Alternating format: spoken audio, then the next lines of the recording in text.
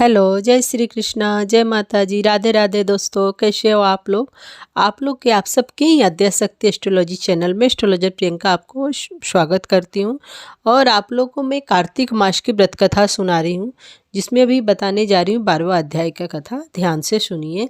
नारद से सुनकर असुर पार्वती का रूप शिव से लेने को चला। असुरों का यह भूप। नारद जी बोले, हे नारद जी बोले, उस दानवेंद्र राजा ने विधि पूर्वक मेरा पूजन करके हंसकर कहा, हे ब्राह्मण, आप कहाँ से आए हैं? कहीं कोई अच्छी वस्तु देखी है जिस लिए आप आए हो? आज्ञा करिए। नारद जी बोले, हे दैत्येंद्र, मैंने एक समय कैलाश पर्वत पर जाकर वहाँ पार्वती के साथ बैठे हुए शिव जी को देखा। 10,000 योजन चौड़ा वह कैलाश पर्वत है। वहाँ अनेकों कल्प वृक्ष और कामधेनु है और चिंतामणियों से वह भूमि प्रकाशित है। उसे देखकर मुझे आश्चर्य हुआ कि तीनों लोकों में इनके समान सिद्ध रिद्धि कहीं नहीं है। हे दैत्येंद्र, जब तुम्हारी रिद्धि की मुझे याद आई तो उसके देखने के लिए मैं यहाँ आया हूँ। तुम्हारी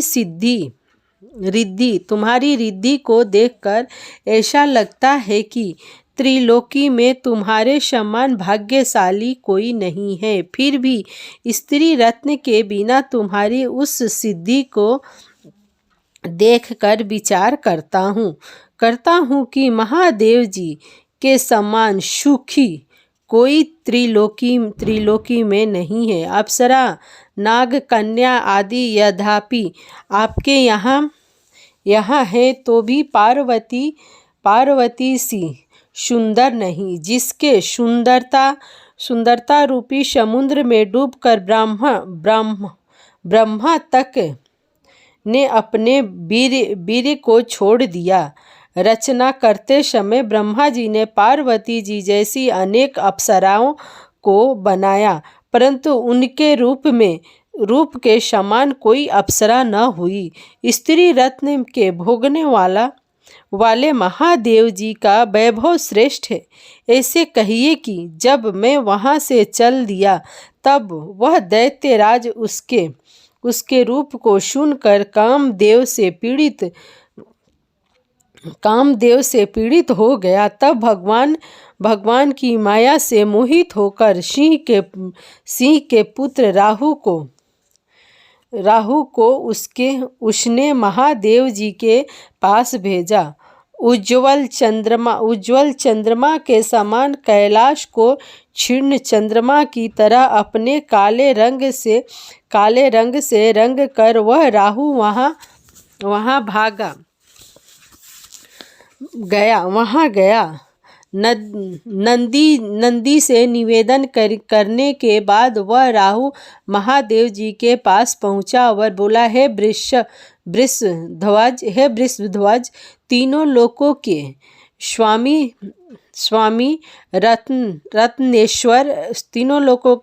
रत्नेश्वर जलंधर की आज्ञा सुनो। शमशान निवासी हाड़ों की माला पहने हैं दिगंबर तुमको हिमालय की बेटी ऐसी सुंदर स्त्री किस कारण से मिलती है? मैं रत्नों का स्वामी हूँ। वह स्त्रियों में रत्न मेरे ही योग्य है। तुम जैसे भिखारी के योग्य नहीं है। नारद जी बोले, राहु के ऐसा कहते ही महादेव जी की भ्रुकुटी से भयंकर जैसा एक पुरुष पैदा हो गया। सिंह के समान जिसका मुख है और लहलहाती जीभ है, नेत्रों में ज्वाला और ऊपर को केस है, सूखा शरीर और ऐसे वह नरसी लगता था।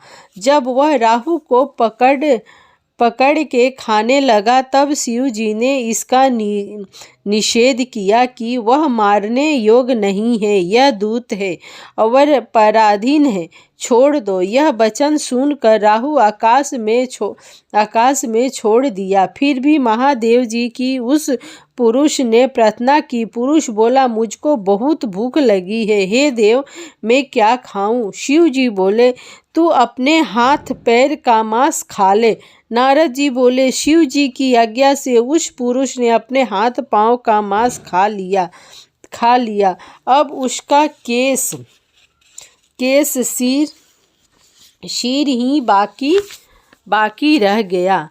यह देखकर शिव जी प्रसन्न होकर उस भयंकर पुरुष से बोले, हे कीर्तिमुख, तू सदा मेरे द्वार पर रहना। नारद जी बोले उसी दिन से कीर्तिमुख देवताओं के द्वार पर रहने लगा।